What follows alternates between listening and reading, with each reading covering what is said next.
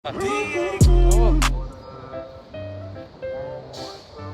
Yo, punta kami ngayon dun sa Big T Restaurant. Kakain kami ng ano doon. Try namin yung mga beef steak nila doon, yung beef brisket.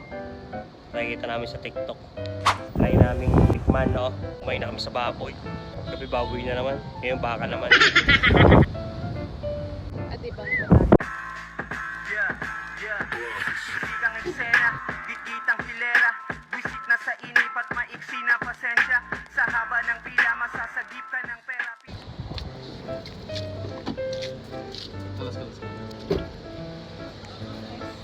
Huh? Oh.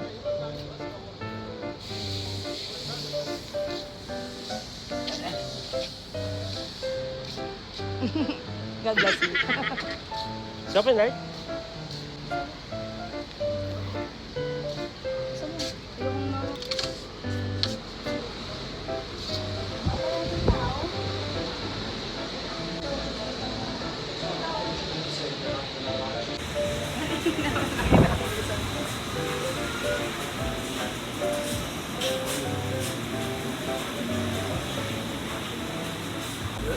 Yes. Okay.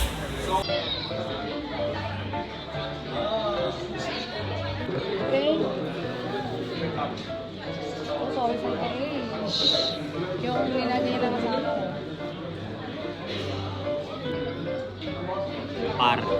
Par nandito na kami ngayon sa Big T Restaurant and Medyo nabigla kami dito. Fake news yung vlog. May napanood kasi kami yung vlog na ganito ganyan daw yung presyo, ganito ganyan. Pagdating namin dito, oh shit. Gulat kami sa mga presyohan dito pala. Hindi kami sanay sa mga gano'n, alam mo naman. We're ordinary people lang.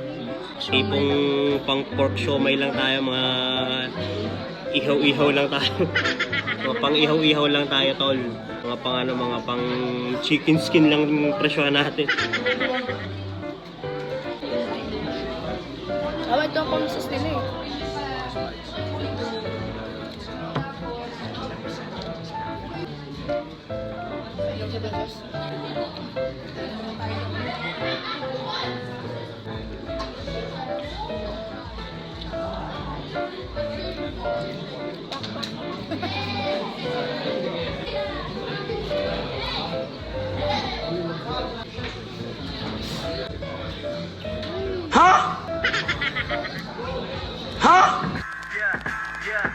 Sigang eksena, gitgitang hilera, wisit na sa inip at maiksi na pasensya.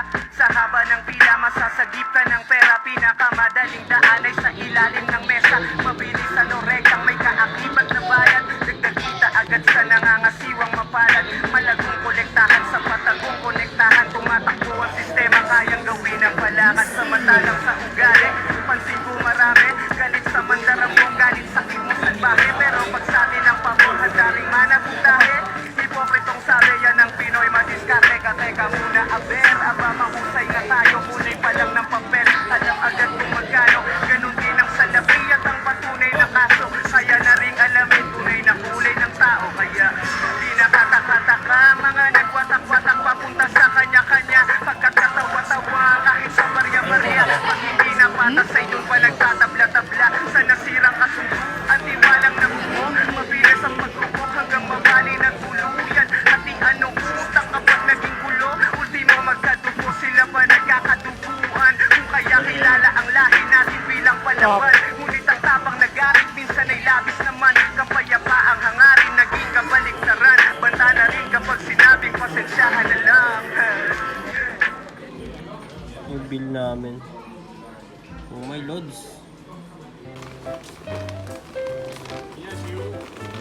Tama.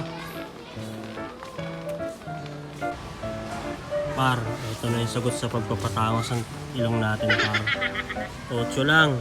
Puta, no need to pa opera-opera pa, par.